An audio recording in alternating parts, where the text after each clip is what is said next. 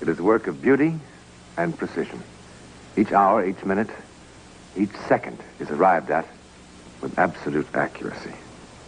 It is composed of almost 1,000 parts. Springs and gears, levers, wheels, jewels, glass. On the back are engraved the initials of the owner, JWB. This is the watch of a murderer. It is now 2:20. He will kill at 10:17 tonight.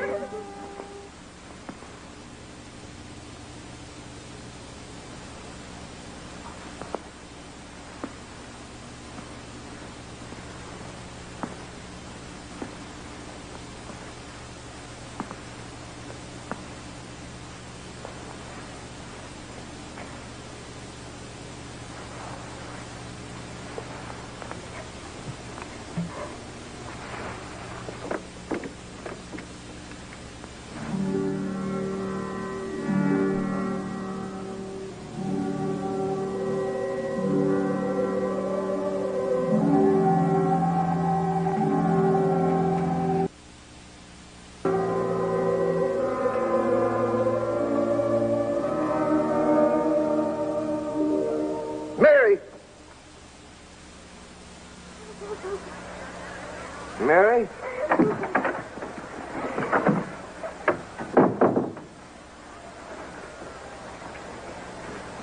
What is it? What's wrong? It's nothing. Bad dream, that's all.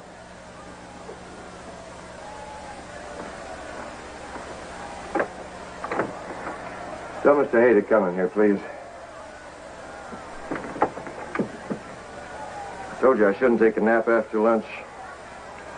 Not when I've stuffed myself with all that apple pie. What did you dream? Well, I don't know. It was nothing. Well, look at that time. Almost 2:30. Half the day gone. Tell me. Oh, Mother. What did you dream? Well, I dreamt the South won the war. And they put me on exhibition in a little cage. Only nobody'd pay a nickel to come see me. Abe, I mean it. So I said, oh, come?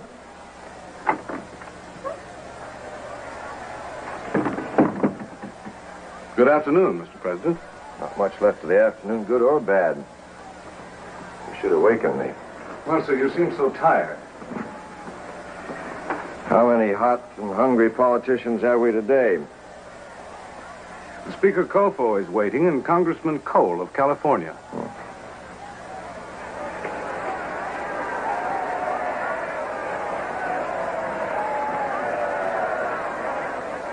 Look at them.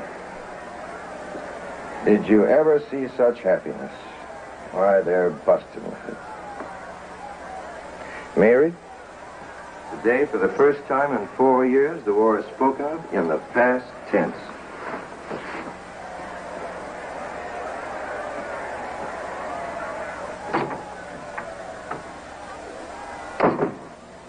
She still mourns our son, Willie. Since when do I have to explain to you? Send him in. Yes, sir. Oh, Mr. Hay, I want you to send a message to the Vice President. I want him to drop in today. Today? Anything wrong with that? Why, you have so much to do, sir. Wouldn't tomorrow be... No. It must be today. Yes, sir. Oh, and, hey, don't forget that Mrs. Lincoln and I are going to the theater tonight. No appointments after dinner. Yes, sir.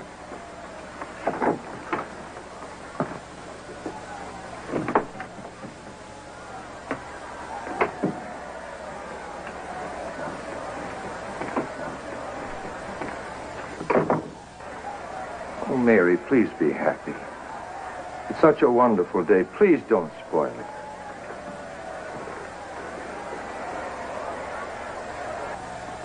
Mary, please be happy. You know what we're gonna do? I mean, when I'm finished here and they send us packing, we're going to Europe like two wide-eyed young tourists. Then back home to Springfield. See if anybody needs a good lawyer. And if they don't, that's just too bad.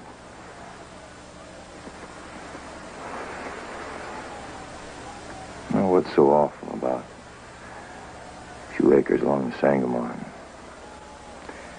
Spending our days on our front porch, rocking back and forth, swatting mosquitoes.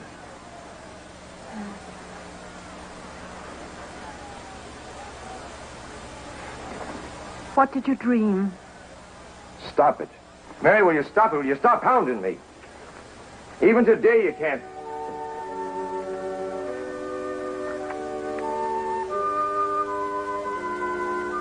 I'm sorry, Mother. But when I'm tired, you shouldn't badger me like that. Abe?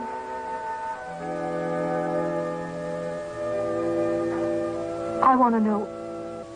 Because you're a busybody wife.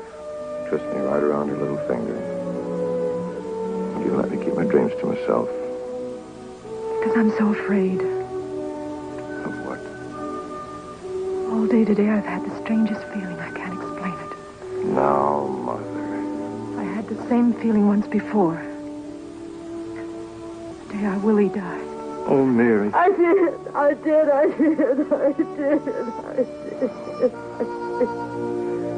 By tomorrow, you'll see it'll be all forgotten. Minutes after 6. It is 4 hours and 10 minutes before the murder. The president is just finishing his evening meal. He bites into a pear and jokes with his boys. The sun has reached the horizon and night comes swiftly. And with it, an inexplicable knowledge of what is to be moves everywhere. In North Carolina, in a Union Army camp, a barber suddenly stops shaving a soldier. His hand trembles, and he murmurs, "Something bad is happening to Mr. Lincoln." In southern Illinois, an old lady who helped to raise Lincoln burst into tears without knowing why. In the living quarters and editorial office of the Elgin Eagle in eastern Pennsylvania, something absolutely unexplainable is happening. He's not there. Where is he? He's in the print shop. What's he doing there? From the sounds of things, he's working. Doesn't he know that a stroke is nothing to be treated lightly? Oh, I told him that, but he locked the door. Maybe he's had another attack.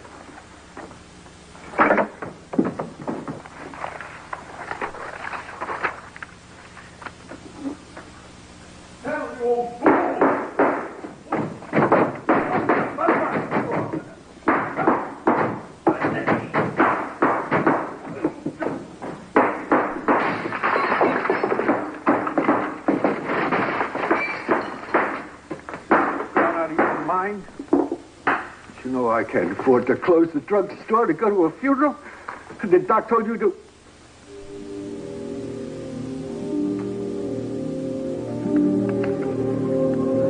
Who told you that?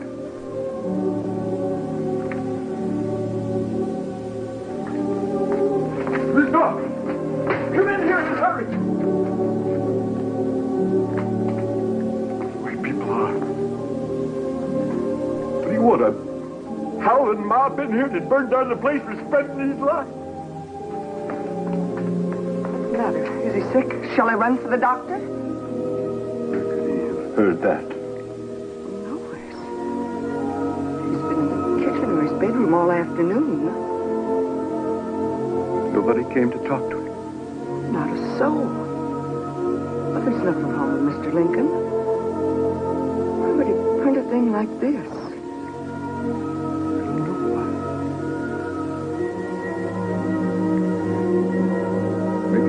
Gone crazy at that? Don't you never say nothing about this, Mrs. Norcross. I won't. Now you run for the doctor fast.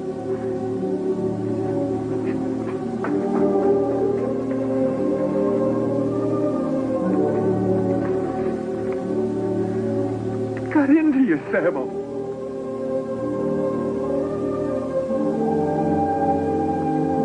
Why did you do it?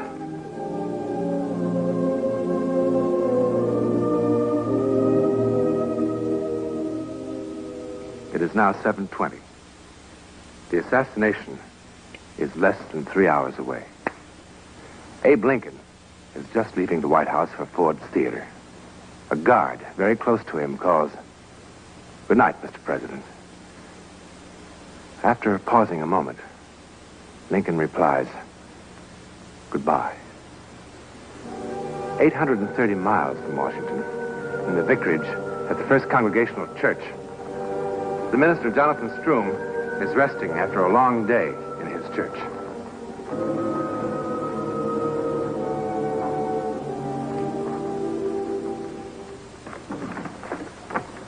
Do they feel any better? Oh, they will never feel any better. Oh, standing 12 hours on that hard cement floor. Wonder you have any feet left at all. Jesus walked barefoot the 14 stations to Calvary this day, so let's not pity me too much. That feels better. Well, I'm thankful Good Friday only comes once a year. Now, read me the sergeant's letter all over again. From the very beginning? From the very first word. He won't be a sergeant very much longer. We must be properly respectful of him when he comes home. That is, for a few days. Dear folks, it sure is beginning to look like peace, and everybody's pretty darn excited.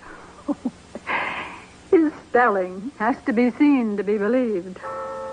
The word now is... Why is that bell ringing? What in the world? Noah must be out of his mind. That's the passing bell for the dead. He must be drunk again. No, Ellen. I don't care how long he's been sexton of this church. You just can't let him do these things. Pastor? How did our bell start ringing? Well, we thought it was you. Why would I be ringing the death bell? I bet some children broke into the tower again. I told you to keep it locked. Well, I do, sir. I checked it just a little while ago. Stop them, John. It sounds so awful. There's that Peterson boy again. He's always in the mischief. He's a rascal. The leader of all those boys. How do you suppose those kids got in there? It's me.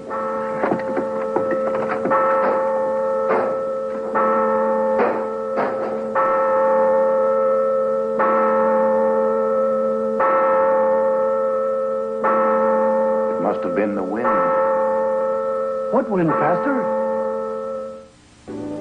Is in the presidential box at Ford's Theater. The play is more than half over. John Wilkes Booth walks calmly through the lobby, nods to the ticket seller, listens to the audience laughing at the simple humor of our American cousin. He starts up the flight of wooden stairs. Lincoln, at ease, amused by the play, reaches for his wife's hand. Booth's hand closes around the stock of a brass pistol. "12 minutes past 10. Directly across from the theater, in a two-story wooden house at 453 10th Street, a soldier angrily exits his rented room. Hey, landlord. Landlord! Yes? What kind of place are you running here, anyway? When I rented that room, I told you I wanted peace and quiet. Seems to me it was peaceful and quiet until now. Well, how about all this weeping and wailing? Wailing? That sounds like the end of the world or something. I got enough troubles of my own without being kept awake by somebody else's. What are you talking about? Are you deaf? Can't you hear it? Sounds worse than a field hospital. Well, I guess you heard the people passing in the street. It's a great night in Washington. Well, it didn't sound... It sounded like crying. I don't hear nothing now. Maybe you'd fallen asleep. Maybe it was a dream. I wasn't asleep. It sounded funny. There was nights in the hospital when I went out of my head and heard lots of noises, but this was different. I don't hear no sobbing now. No. You probably have dozed off without knowing it. It's happened to me lots of times. Well, I didn't. Well, maybe I did. I'm sorry I yelled at you. Well, good night. Good night, soldier.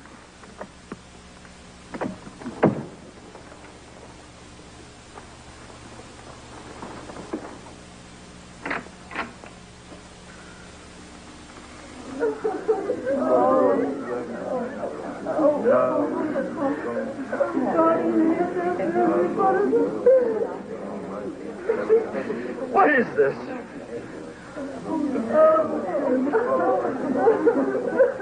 Shut up! Shut up! Shut up! Shut up!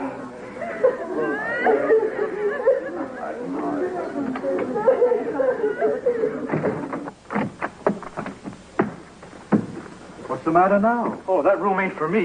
Well, you won't find another bed in this city, not tonight. Well, then I'll sleep in the park. Well, here, I'll give you your money back. I don't want to keep it, not if you're not going to keep the room. Well, you think I'm going to stay in any room with this sobbing and weeping and wailing and crying all night long? I need a room with a bed. What is it? The president. He's been shot. He's dying. Well, come on, man. Where? I said where? I've got a room at the end of the hall. In here. The great heart of Abraham Lincoln will cease to beat at 22 minutes and 10 seconds past 7 a.m.